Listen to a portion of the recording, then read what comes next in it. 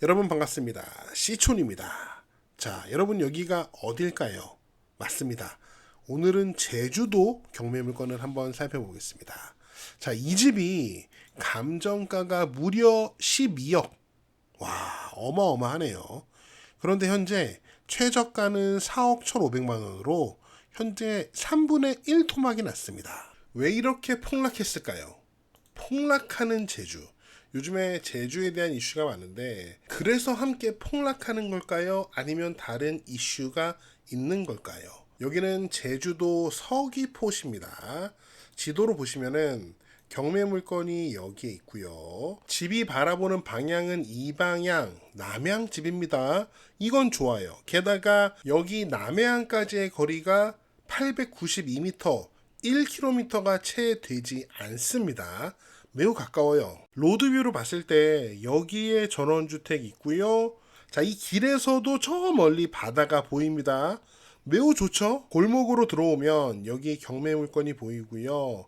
야자 나무가 보입니다. 제주도 느낌이 물씬 풍깁니다. 자, 괜찮아 보이는데 왜 3분의 1 토막이 났을까요? 혹시 도로 문제가 있나? 그런데 제가 보니까 경매에 이 도로까지 모두 포함되어 있기 때문에 도로 문제는 전혀 없어요. 자, 한번 확인해 볼까요? 지금 미쓰고 부동산에서 경매 물건 토지가 모두 표시가 되어 있습니다. 이 땅이 모두 경매에 포함되어 있는데, 자, 여기 국공유지 필터링을 켜보면은 이 경매 물건의 토지가 국공유지 도로에 딱 붙어 있는 것을 확인할 수 있습니다. 그러니까 도로 문제는 전혀 없죠. 경매에 포함된 땅의 면적이 대략 383평 정도 되고 이 집은, 이 건물은 100평이랍니다. 와, 놀랍네요. 이렇게 봤을 때는 100평 같지 않은데 이게 100평이래요. 한번 살펴볼게요. 집 앞에 남쪽에 잔디를 잘 심어놨고요. 여기 정자도 하나 있습니다. 자, 뒤에서 바라본 모습. 아마도 이 옆으로 좀 넓은가 봐요. 로드뷰로 봤을 때는 야, 이게 100평인가 싶은데 아무튼 옆으로 좀 넓은가 봐요. 집의 뒷마당도 보이고요. 이 뒤쪽으로 쭉 가면은 여기 뭐 창고가 하나 보이는데 아무래도 감귤 농장의 창고인 것 같아요. 건물을 한번 살펴보겠습니다.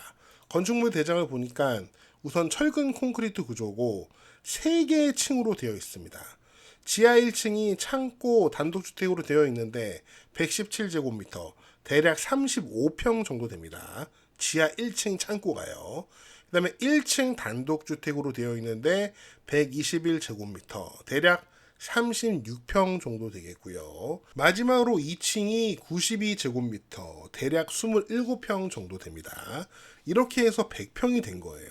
언제 지어졌을까요? 사용 승인일이 2015년 9월입니다. 이제 거의 10년이 되어가는 집이에요. 100평짜리 집 내부가 너무 궁금해서 감정평가서상의 평면도를 보니까 내부 구조는 알려진 바가 없습니다.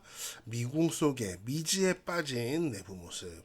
이렇게 큰 집을 왜 지었을까요? 경매 정보를 확인해 보니까 현재 이 집에는 임차인이 살고 있어요. 100평 전원주택. 감정가 12억짜리 집이면 월세를 얼마나 받을 수 있을까요? 매각물건 명세서를 확인해 보니까 임차인의 보증금이 1,500만 원. 보증금은 얼마 안 됩니다. 근데 월세가 480만 원입니다. 제가 이거를 연세 기준으로 감정가 12억에 대한 수익률을 계산해 보니까 4.8%. 뭐 그렇게 높진 않지만 그럼에도 불구하고 월세 480만 원을 받을 수 있다면 뭐 그렇게 나쁘지 않은 것 같아요. 그런데 요즘에 워낙 이자가 비싸기 때문에 뭐 이자도 안 나오겠죠, 이 정도면. 아무튼 월세를 480만 원이나 받을 수 있는 이 집이 감정가 12억에서 현재 최저가 4억 1천만 원으로 폭락했습니다. 왜 이렇게 폭락했을까? 요즘에 뜨거운 제주의 보편적인 원인 때문일까요? 아니면 혹시 이 집만의 특정적인 특별한 이유가 있는 걸까요? 물론 아마 이 보편적 이유와 특정적 이유가 결합해서 그리고 현재의 경제 상황까지 결합해서 현재의 유차의 사태가 발생했을 것 같은데 한번 여러 가지로 분석을 해보겠습니다. 우선 등기 정보를 통해서 이 집의 역사를 한번 살펴보겠습니다. 이 집 주인은 이 땅을 1985년, 와 진짜 옛날이네요. 1985년에 매매해서 땅을 소유하게 되는데 소유자의 주소지를 보니까 남제주군이네요. 당시에는 서귀포시라고 부르지 않고 남제주군이라고 불렀나 봅니다. 저는 이때 잘 몰라요, 제주도를. 아무튼 제주도 토박이가 이 땅을 1985년에 구매를 했습니다. 바로 이 땅인데요. 그냥 밭이었어요. 자, 이렇게 시간이 지나다가 집을 이렇게 지었는데 여기 건축물 대장을 보면은 허가일이 2014년, 사용승일, 준공일이 2015년입니다. 자, 이렇게 멋진 집을 지었어요. 집이 남양집이에요. 남쪽에 있는 해변을 바라보고 있습니다. 여기 길에서도 이 바다가 보일 정도면은 이 집의 2층 창문을 통해서는 무조건 바다가 보였을 겁니다. 너무 좋죠. 물론 집 앞에 이렇게 집보다 좀 낮은 곳에, 지대가 낮은 곳에 비닐하우스가 있긴 하지만 많이 낮기 때문에 어쩌면 이 마당에서도 이 바다가 보였을 겁니다. 편안한 바다가 보이는 아름다운 전원주택, 게다가 100평. 와, 좋다. 이런 생각이 충분히 들 수 있죠. 이게 2016년 3월 사진입니다. 그리고 시간이 지나서 2018년 3월 비닐하우스가 없어졌습니다. 그리고 여기에 뚝땅뚱땅 쿵쾅쿵쾅 공사가 시작됩니다. 딱 봐도 전원주택은 아니죠. 규모가 상당히 큽니다. 이때부터 아마 짜증이 좀 났을 거예요. 자, 그런데 어떤 건물이 들어왔냐? 바로 이런 엄청나게 큰 다세대가 들어와서 이 전원주택 앞을 꽉 막아버리고 말았습니다. 여러분이 이 집 주인이라면 기분이 어떨 것 같으세요? 기분 이거 잡치는 일이죠. 원래는 뷰가 이렇게 시원시원했는데 현재는 집 앞에 이 다세대 빌라로 꽉 막히고 말았습니다. 무지하게 답답해졌죠. 이건 그냥 가만히 앉은 자리에서 조망권을 뺏겼습니다. 여기서 이런 질문이 들지 않나요? 왜 이 집이 감정가가 12억일까? 자세한 감정 내용을 보면은 토지 감정가가 7억 9천, 건물이 100평짜리 건물이니까 4억 1천만 원, 제시의 건물 390만 원 해서 대략 12억 정도 감정이 됐습니다. 감정평가사들은 전문직이에요.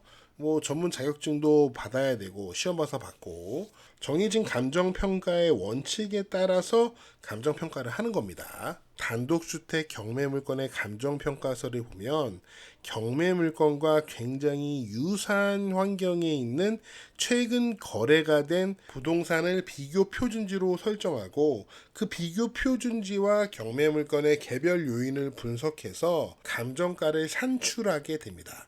이 경매물건의 경우 비교 표준지로 설정된 부동산이 바로 이 집입니다. 이 전원주택인데 보시면은 이 집도 남쪽을 바라보면서 앞에 집이 있어서 전망이 막혀 있습니다. 하지만 경매물건의 경우 앞에 4층짜리 다세대가 있어서 더 답답하지 않나요? 그래서 감정평가서의 개별 요인 비교를 보면 여기 환경 조건에 조망이 있긴 합니다. 하지만 여러 가지 환경 조건들이 비교 표준지와 대등하다고 평가했고 그래서 1을 곱하게 됩니다. 1을 곱하게 된다는 얘기는 변화가 없는 거죠. 감정평가야 주변 시세와 비교해서 그렇게 되는 거지만 만약에 이 집을 사려는 사람 입장에서는 현재 이 앞에가 이렇게 답답한 상황인데 아무리 제주도라고 해도 아무리 집이 100평이라고 해도 이렇게 답답한 집에 내가 12억을 투자할까? 이런 생각은 못하는 게 좀 매수자 입장에선 현실적이지 않나 하는 저는 그런 생각이 듭니다. 지난 영상에서도 우리가 다루었지만 전원주택 앞에 넓은 땅이 있는 것은 어떻게 보면 굉장히 큰 리스크예요. 왜냐면 그 땅에 뭔가 생길 수 있거든요. 그래서 저도 저희 집 앞땅을 사서 이렇게 블루베리 밭으로 가꾸고 있습니다. 만약에 이 땅이 제 땅이 아니라면 저도 누군가가 이 땅을 개발할까봐 굉장히 불안할 것 같아요. 여기 보시면은 저희 집 앞에 이렇게 새로 지어진 집들이 있어요.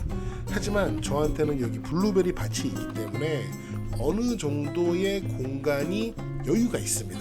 그래서 제 생각에는 여러분이 시골집을 뭐 짓거나 매입할 때 아니면 경매로 낙찰 받을 때 그 집 앞에 어느 정도의 공간이 빈 공간이 있다면 그 땅까지 그냥 같이 매입하는 게 마음이 편합니다.